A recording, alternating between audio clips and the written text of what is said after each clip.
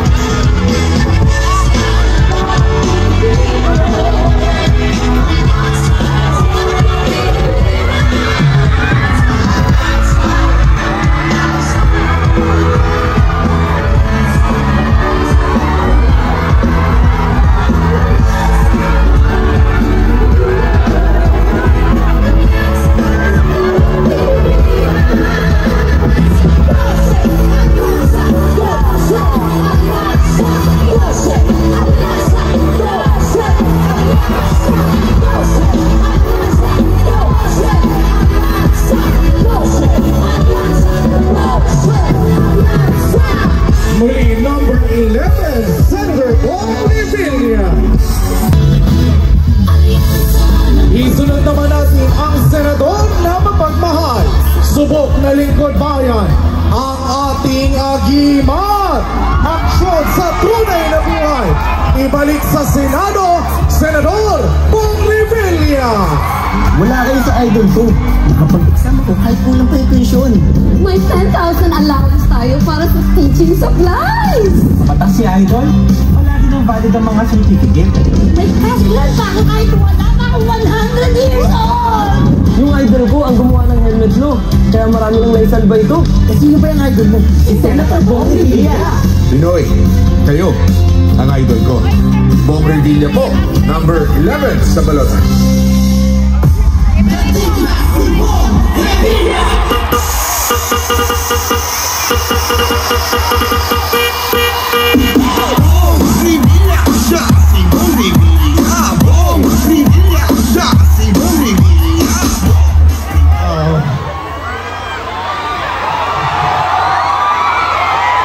Leyte Samar, magandang gabi po sa inyo lahat! Una, sa amin po na bumubuo ng alyansa para sa bagong Pilipinas ay nagpapasalamat po sa inyong napakainit na pagtanggap sa amin. Mula po sa aming mga puso, kami po'y talagang punong-puno ng kaligayahan. Mga kababayan, ngayon po, nandito po kami. Ako po si Senator Bong Revilla. Ibig ko ipaalam sa inyo na itong taon na ito, this is my 30th year in public service. 30 years na po ang inyong lingkod. Ako po ay nagmula bilang Vice Gobernador ng Lalawigan ng Cavite, naging Gobernador ng Lalawigan ng Cavite, naging DRP Chairman nung lumaban sa mga pirata noon, naging Senador noong 2004. You made me number 2 Senator. Noong 2010, you made me number 1 Senator.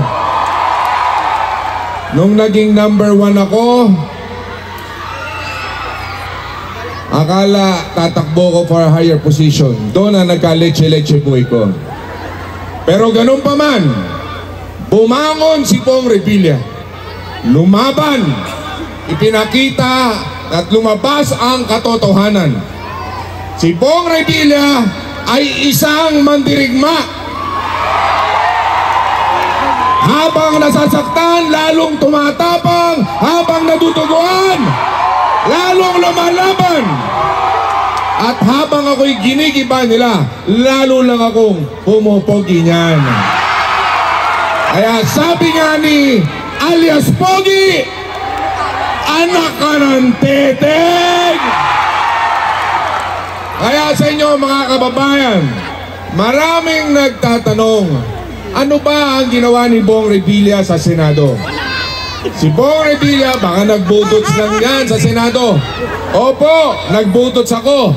Nagbudots ng 2,000 panukalang batas ang naipay sa Senado. At nakapagpasa ng mahigit 343 na batas na ngayon na napapakinabangan ng ating mga kababayan.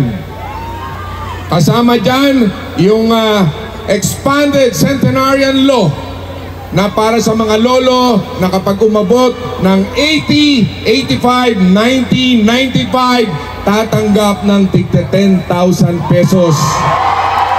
Kaya sa ating mga lola at lolo, ipagbigay alam nyo sa kanila yan.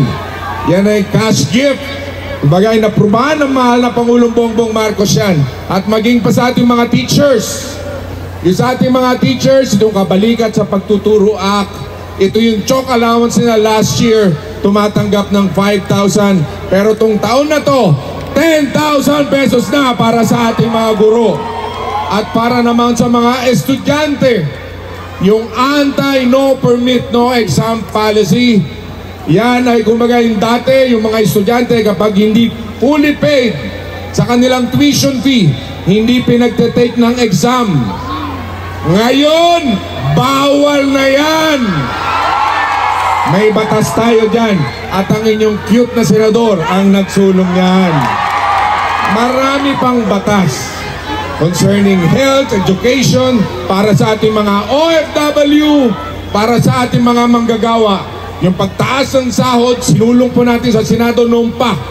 Yan ang kailangan natin ngayon para sa ating mga kababayan. Kaya sa inyong lahat, umasa kayo na kami po at ang aking mga kasamahan kasama ninyo para sa ating mga pagbangon, para tulungan ang ating mga kababayan. Ang importante sa ating lahat ngayon, tayong lahat ay magkaisa. Tandaan natin na ang dugong na nananalaytay sa ating mga ugat ay dugong Pilipino! Magmahalan tayong lahat. Maraming salamat. Mabuhay kayong lahat.